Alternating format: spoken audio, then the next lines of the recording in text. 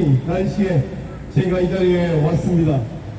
박주민 의원이 모자보건법 일부 개정 법률안을 발의했습니다.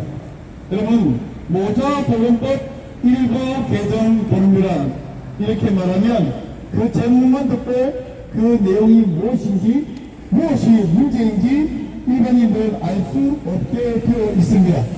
이 법안을 그 심각한 문제점을 한마디로 요약해 드리겠습니다.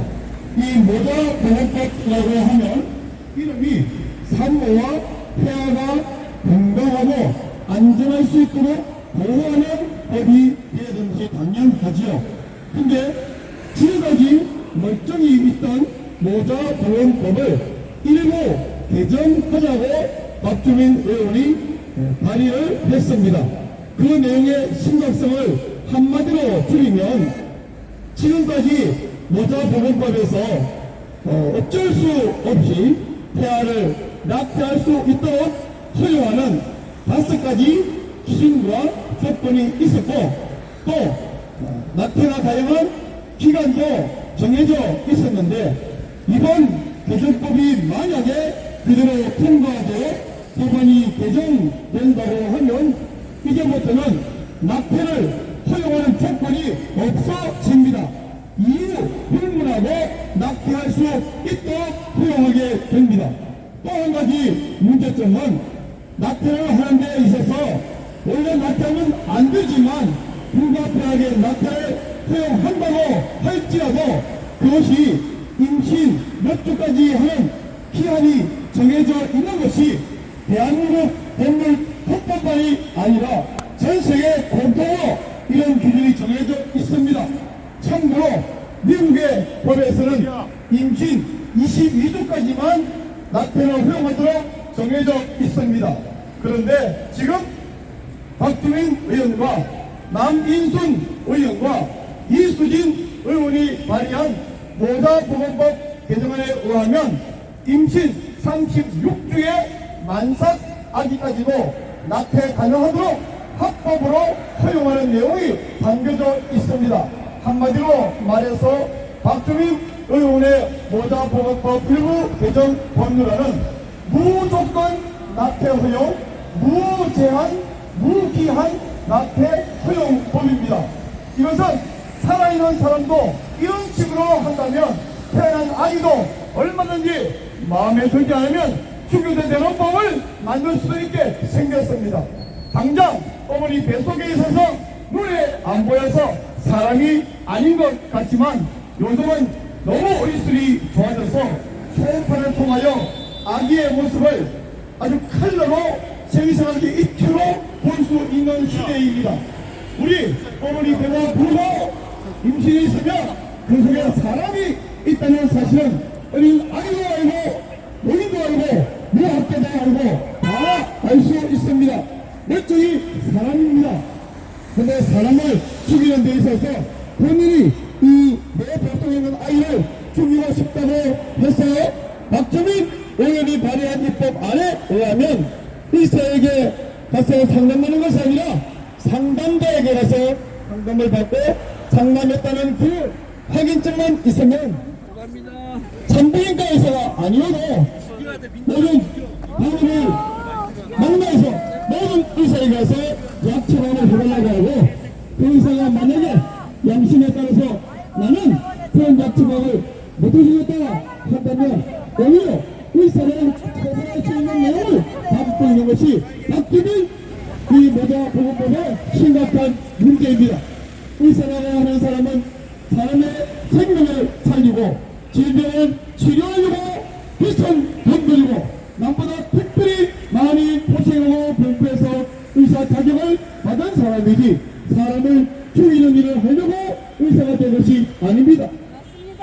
일부 의사가 정신이 부족해서 사람을 죽일 일을 하겠다는 사람이 있을지 모르겠습니다만은 그런 사람에게 맡기는 것이 아니라 모든 의사에게 가서 나 상담 받았으니 내 태중에 있는 아이를 죽여주는 약물을 처방해 주세요라고 말하면 의사는 의무적으로 처방을 해줘야 되고 그것을 거절하는 의사는 오히려 불법으로 만들어 처벌하는 이런 악한 법이 박주민의 입법안입니다. 여러분, 사람을 죽이든지 못되게 하든지 본인이 하면 본인이 책임지고 불법이면 본인이 벌을 받고 또한 비윤리적이면 본인이 처벌을 받겠습니다만은 박주민은 왜 이 악한 법을 만들어서 대한민국에 있는 정상적인 생활을 가진 모든 의사들을 범법자로 만들려고 하는 것입니까?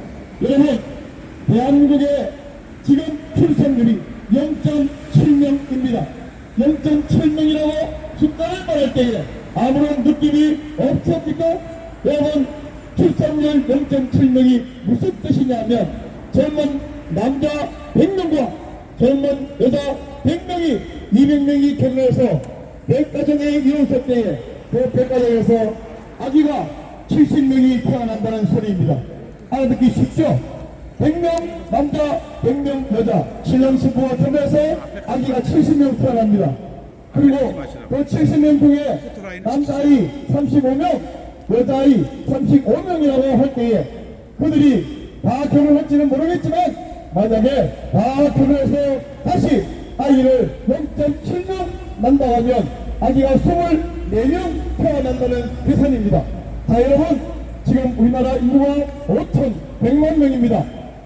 인구가 5천만이 유지가 돼야지 그것이 5천만에서 떨어지면 경제도 위험하고 안보도 위험하고 나라는 갑자기 추락하고 얼마 있다해서 나라가 망하는데 지금처럼 0.7명의 출산율이 유지된다면 한 세대 지나면 100명에서 70명 또 한 세대 지나면 70명에서 24명으로 줄어들인 뿐입니다.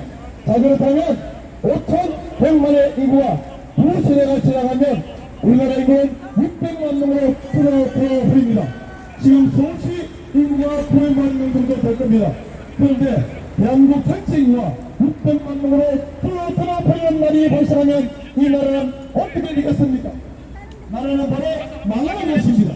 이 나라에 외국인 노동자 다양한 분들이 들어와서 우리 현재 베이비 붐신의 오늘 나라에서 은퇴하고 계시는 우리 어르신들이 피땀 흘려서 핏빛 쏟아내고 사우디 열사에 땅에서 돈 벌어오고 베트남 그 정글 속에서 고생하면서 돈 벌어오고 그렇게 고생해서 국제 거지의 나라를 이렇게 세계 10대 선진국으로 만들어놓은 이 나라 이렇게 아름다운 술 빌딩 멋있게 짓고 돈을 이렇게 뚝뚝 뚫어놓고 이 자랑스러운 대한민국을 인구가 600만 명으로 줄고 어느 나라 출신도 모르겠는 다양한 외국인들이 여기에 들어와서 살게 되는 것이 우리나라의 빨리 보이는 미래입니다.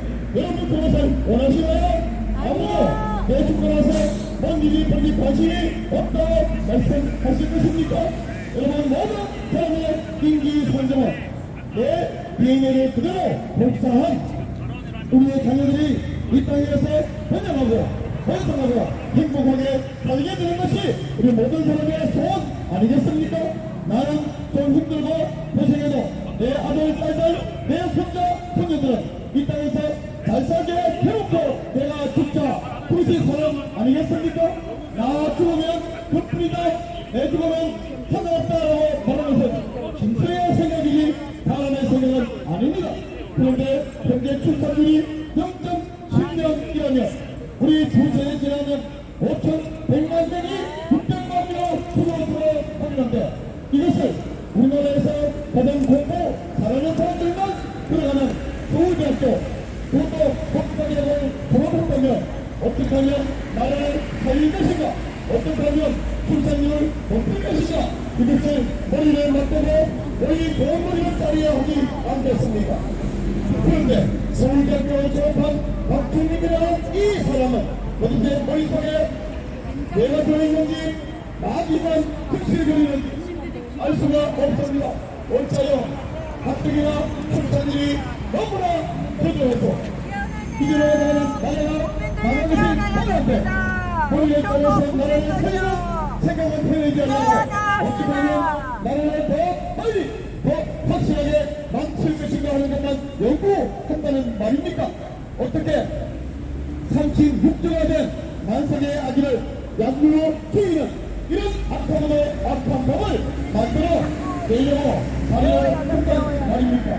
여러분, 박주민이 이 악한 법을 발의하기 얼마 전에 남인숙 더불어민주당 의원, 송파구에 있는 의원, 여성 의원, 이분이 자기가 주찬 간담회에서 이런 끔찍한 말을 했습니다. 뭐라 하냐면 만삭 낙태가 출산보다 안전하다라고 하는 마귀 사탄의 말을 했습니다. 여러분, 만삭 낙태가 출산보다 안전하다고요? 때문에 혹시 동의하거나 공감하는 분이 계십니까? 여러분, 만삭 낙태가 끔찍할 때 출산보다 안전하다는 말이 딱 거짓말입니다. 또한 그 말이 거짓말일 뿐 아니라 만에 하나 혹 산모가 만삭 낙태라도 안전하다고 가정해 봅시다. 그러나 그렇게 가정하더라도 산모가 안전한 것이 아기는 어떻게 됩니까? 태아는 어떻게 됩니까? 태아는 목숨을 잃습니다. 목숨을 잃으면 모든 것을 잃습니다. 여러분, 저나 여러분들의 목숨은 하나밖에 없는데 가장 약자중에 약자, 가장 보호받아야 될 그 어머니의 태성에 있는 아기, 그것도 엊그저께 임신된 것도 아니요? 이제 내일 모레면 출산하게 될 36조 만삭 아기를 납대하는 것이 그것이 아니라고요? 아기를 죽는데요?